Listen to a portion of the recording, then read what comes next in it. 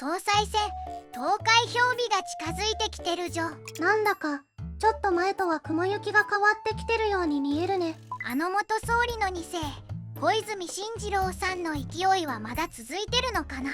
それだけど彼はおかしな目立ち方をし始めているよ。お父さんも変わった人で目立ってたけど、親子揃ってなんだね。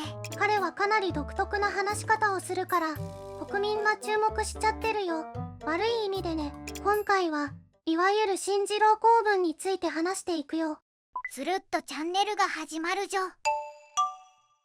進次郎さんといえばセクシー発言だよ。それは僕も知ってるじょ。政治の話にそんな単語が使われるとは理解不能だったじょ。あれから彼の独特な表現方法が注目されて国民は面白がってる。いやいや、総理を目指すなら笑いを取ってばかりじゃ困る。政策を真剣に考えてもらいたいじょ。当の彼はふざけてるつもりはないみたいなんだけどね。素で言ってるならもっとやばいじょ。セクシーの他にもまだ進次郎公文はありそうだじょ。もちろんあるよ。全部は紹介できないけど何個かあげてみるね。今のままではいけないと思います。だからこそ日本は今のままではいけないと思っている。なんだって、なんか違和感が残るじょ。まだあるよ。リモートワークのおかげでリモートワークできてよかった。なんかイラッとするじょ。まだまだ続くよ。毎日でも食べたいということは毎日でも食べているというわけではない。なんか構文のパターンが分かってきたじょ。同じパターンでまだ続くよ。約束は守るためにありますから約束を守るために全力を尽くします。わあ、もう限界だじょ。3連チャンでいくよ。今日はあなたの誕生日なんですね。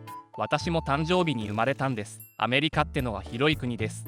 大きい国です。自民党をぶっ壊すためには自民党がぶっ壊れなければならない。わあ、なんで2回同じことを言うんだじょ。繰り返し同じ言葉を使って少しだけ違う風に見せるのが彼の手法らしいね。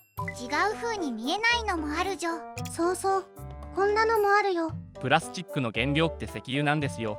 意外とこれ知られてないんですけど。知ってるわボケと突っ込みたくなるじょ。知らなかったのは彼だけだと思うじょ。そして算数も苦手なのかと不安になるのがこれ。30年後の自分は何歳かな。そんな感じなのに総裁選を戦ってるなんてある意味すごい人だじょ。だよね。さすがにお父さんの純一郎さんにもまだ早いとかやらない方がいいのにって言われちゃってるらしい。純一郎さんもぶっ飛んでたけどお父さんなだけあって息子のことを分かってるじょ。進次郎さんはなんと英語でもこの構文をやらかしちゃってるから驚きだよ。へえ、もうこんな重要機密が海外に出てしまったんだ。残念ながらね。日本語に訳すと総選挙は10月19日から始まり10月31日の投票日で終わります。つまり解散から選挙までの期間はわずか17日です。算数はできてるけどそういう問題じゃないじょ。聞けば誰でもわかることだじょ。彼の言うことってだから何って言いたくなるのが多いじょ。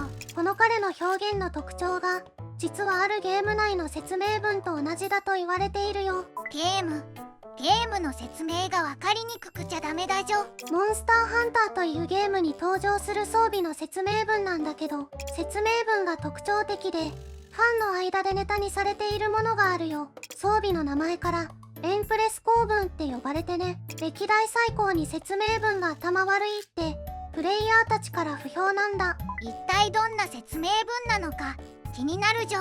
説明文はこうなってるよ。炎気流の青き炎を封じ込めた足を装備。そのうちには炎気流の青き炎が封じられている。確かに進次郎公文と同じだね。同じことを2回言って長くしてる。これはイラッとするだろうね。政治家は難しいことを分かりやすく簡単に説明できないとダメだじょ。簡単なことを変な言い回しで聞く相手を煙に巻くみたいなのは良い技術とは言えないよ。これじゃ世界のトップたちとちゃんとやり合えるのか不安だじょ。心配だけど27日に総理が決まるよ。変な緊張から早く解き放たれたいじ今回のつるっとチャンネルはここまで。ょ。よかったらいいねとチャンネル登録をお願いします。また見に来てね。